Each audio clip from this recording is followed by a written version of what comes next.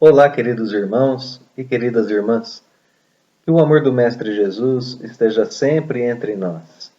Bem-vindos a mais um vídeo da série Estudando o Evangelho segundo o Espiritismo. Continuamos estudando a obra. Estamos no capítulo 4 do livro Ninguém Poderá Ver o Reino de Deus se não nascer de novo.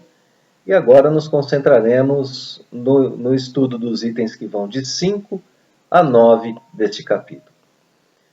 Esses itens se iniciam, portanto, no item 5, com a passagem do Novo Testamento que nos mostra, que nos apresenta o diálogo entre Nicodemos e Jesus. E esse diálogo nos dá a base para o estudo da reencarnação apresentada por Jesus a Nicodemos, a ideia da reencarnação que Jesus já tenta introduzir em sua época, conversando ali com Nicodemos. Para pensarmos em uma continuidade do texto, basta pensarmos que aqui nós continuamos justamente o estudo sobre a reencarnação, que é uma ideia que já foi apresentada nos itens anteriores do capítulo, nos itens de 1 a 4. Dessa vez, com explicações do próprio Cristo a respeito dessa ideia da reencarnação e depois os aprofundamentos apresentados pelo Espiritismo através das explicações de Allan Kardec. Então vamos ao item 5, a passagem do diálogo entre Jesus e Nicodemos. A passagem começa com a descrição do evento em que Nicodemos se apresenta a Jesus ou se aproxima de Jesus, reconhecendo Jesus como um enviado de Deus, como alguém que tinha uma profunda intimidade com Deus. E Nicodemos justifica isso dizendo que somente alguém que pudesse estar muito próximo de Deus, em intimidade ou sendo enviado de Deus, poderia realizar os prodígios que Jesus vinha realizando. Diante disso, Jesus responde a Nicodemos que ninguém pode ver o reino de Deus se não nascer de novo. A frase que dá título ao nosso capítulo e que põe a ideia da reencarnação. Aqui Jesus está dizendo a Nicodemos que para estar como ele, como Jesus, para estar no nível de Jesus, para estar na condição de Jesus, de realizar aqueles prodígios todos, ou seja, para estar em plena comunhão com Deus, é preciso reencarnar e progredir. Jesus está dizendo mais. Todos podem. É preciso passar por esse caminho da reencarnação para se chegar ao estágio em que Jesus estava. Ninguém pode ver o reino de Deus se não nascer de novo.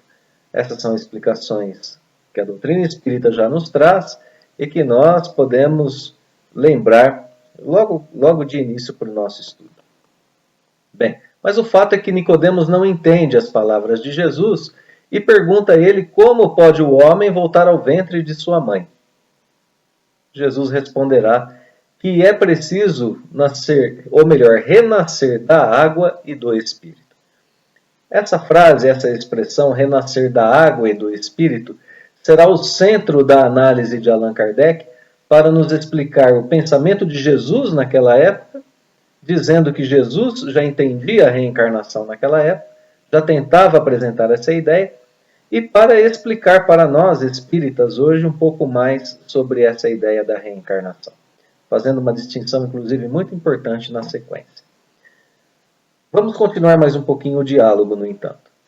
Nicodemos volta a perguntar a Jesus: pode o homem voltar ao ventre de sua mãe? Não é? Como retomando retomando o que Nicodemos havia perguntado.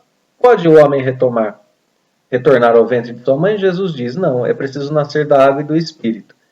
E Nicodemos, então, na sequência do diálogo agora sim, pergunta: como isso é possível? E Jesus diz a ele: Nicodemos, tu és mestre em Israel e não sabes? Não aceitas o nosso testemunho? Se não crês quando vos falo das coisas da terra, como crerás quando vos falardes das coisas do céu? Então, aqui uma advertência de Jesus a Nicodemos e talvez uma advertência a todos nós. Né? É preciso conhecermos o contexto das vidas terrenas, das reencarnações terrenas, para podermos nos aprofundar nos contextos das coisas do plano espiritual, nas coisas do reino de Deus. Jesus diz a Nicodemos, portanto, que ele é testemunha da reencarnação. Ele conhece essa lógica das leis divinas. Que ele conhece essa lei divina chamada reencarnação. Que ele fala em algo que é comum aqui na Terra e que ainda era desconhecido de um mestre de Israel. Bem, e portanto, não é? Se esse mestre de Israel não acredita quando é feita a ele uma revelação sobre a vida daqui, como acreditar quando forem reveladas as coisas sobre a vida de lá, sobre a vida do Espírito, sobre as demais leis divinas.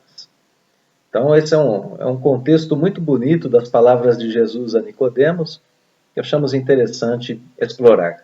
Porém, agora temos que voltar ao centro da discussão do capítulo, pois terminamos o item 5 e vamos entrar no item 6, no qual Allan Kardec começa a fazer aquela análise sobre a frase que Jesus disse a Nicodemos, que é preciso não voltar ao ventre da mãe, é impossível isso, inclusive, todos nós sabemos, mas que é preciso renascer da água e do Espírito.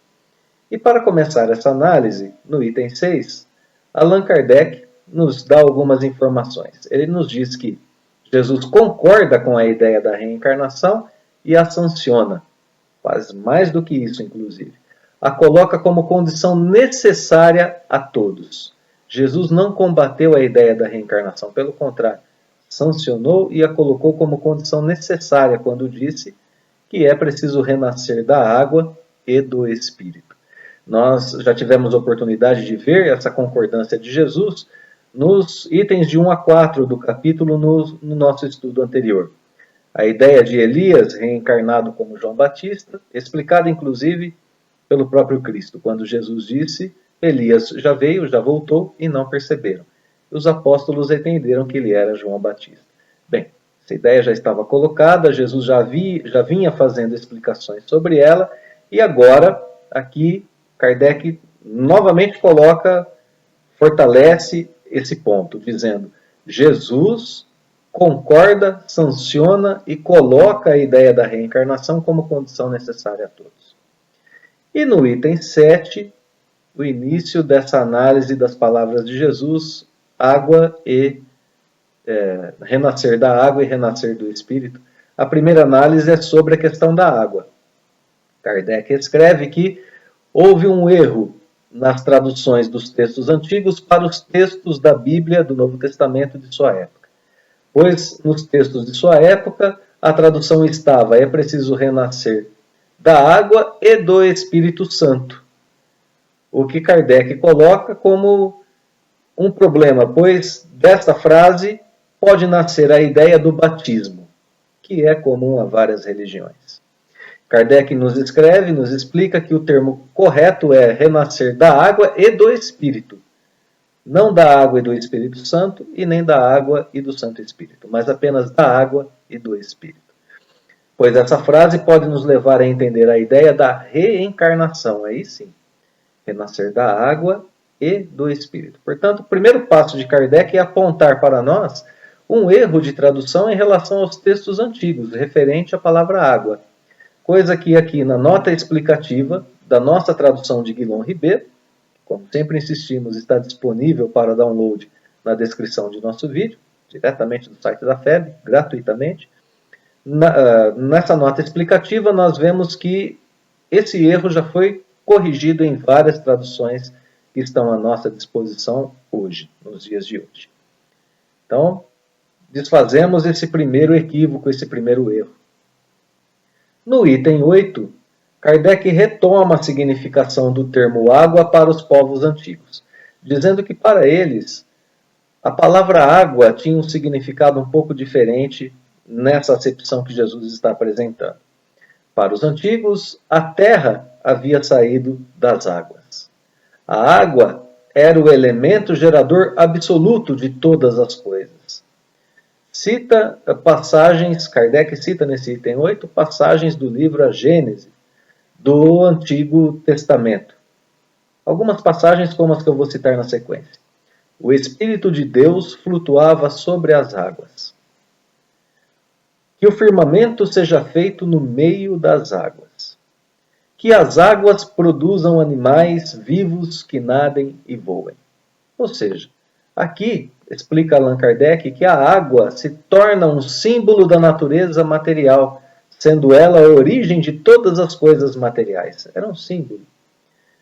E que um símbolo da natureza inteligente é o espírito. Por isso é preciso renascer da água, renascer das coisas materiais, o corpo, renascer em corpo e renascer o espírito.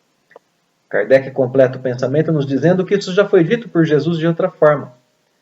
Jesus havia dito anteriormente: o que é nascido da carne é carne, o que é nascido do espírito é espírito.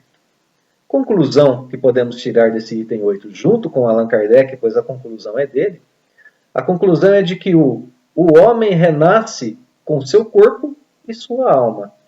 Só que do corpo procede o corpo e que o espírito é independente do corpo em relação à sua criação. O espírito foi criado muito anteriormente e o corpo é criado de tempos em tempos. Cria-se um novo corpo, o espírito reencarna nele. O corpo morre, o espírito volta ao plano espiritual, depois aquele espírito velho renasce em outro corpo. São duas naturezas independentes. Água, símbolo para as coisas materiais, espírito que progride, renasce na perfeição e na reencarnação. Aqui se fala das coisas espirituais do princípio inteligente. A estrutura de argumentação de Allan Kardec busca, portanto, essa prova da reencarnação na tradição antiga ao resgatar o significado real dos termos água e espírito. Ali, portanto, para aquele povo que tinha ideias ainda incompletas sobre a reencarnação, Jesus tentava usar essas palavras conhecidas naquele tempo para explicar um pouquinho mais sobre essa lei divina, a lei da reencarnação.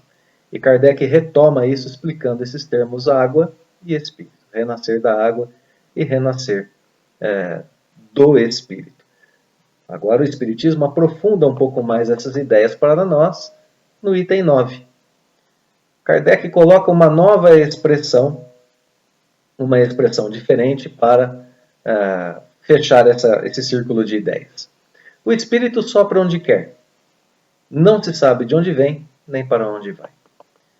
Explica o codificador que essa primeira frase, o espírito sopra onde quer, é uma referência, entende-se aqui, que se trata do Espírito de Deus, que dá a vida a quem ele quer. Segundo Allan Kardec, o espírito sopra onde quer. Deus dá vida a quem ele quer. A segunda frase, não se sabe nem de onde vem, nem para onde vai, já é relativa ao espírito humano. Ninguém sabe o que foi ou o que será enquanto espírito. Apenas sabemos que chegaremos à nossa perfeição. Não sabemos de onde viemos, não nos lembramos das nossas reencarnações passadas e não sabemos para onde vamos. Porque exatamente não fomos criados juntamente com o corpo. Se tivéssemos sido criados com o corpo, saberíamos do princípio. Não sendo criados com o corpo, não sabemos o princípio da nossa criação. Essa passagem, segundo Allan Kardec, consagra o princípio da pré-existência da alma. A alma já existia antes do corpo e, por consequência, o da reencarnação. A alma pré-existindo ao corpo reencarna em vários corpos. Assim, o espírito imortal atravessa os milênios, reencarnando em aprendizado e progresso contínuo. O Espiritismo, portanto, não apresenta para nós a reencarnação como um princípio novo, mas aprofunda a ideia, coloca essa ideia em plena comunhão com a nossa realidade de hoje e com a lógica da nossa existência terrena, principalmente com a justiça divina, como veremos em nossos estudos que virão na sequência. E assim, hoje nós terminamos então o nosso estudo dos itens de 5 a 9, do capítulo 4 do Evangelho segundo o Espiritismo. Deixamos a todos, como sempre, o nosso fraterno abraço e o convite para o nosso próximo estudo e os nossos votos de que Deus nos abençoe hoje e sempre.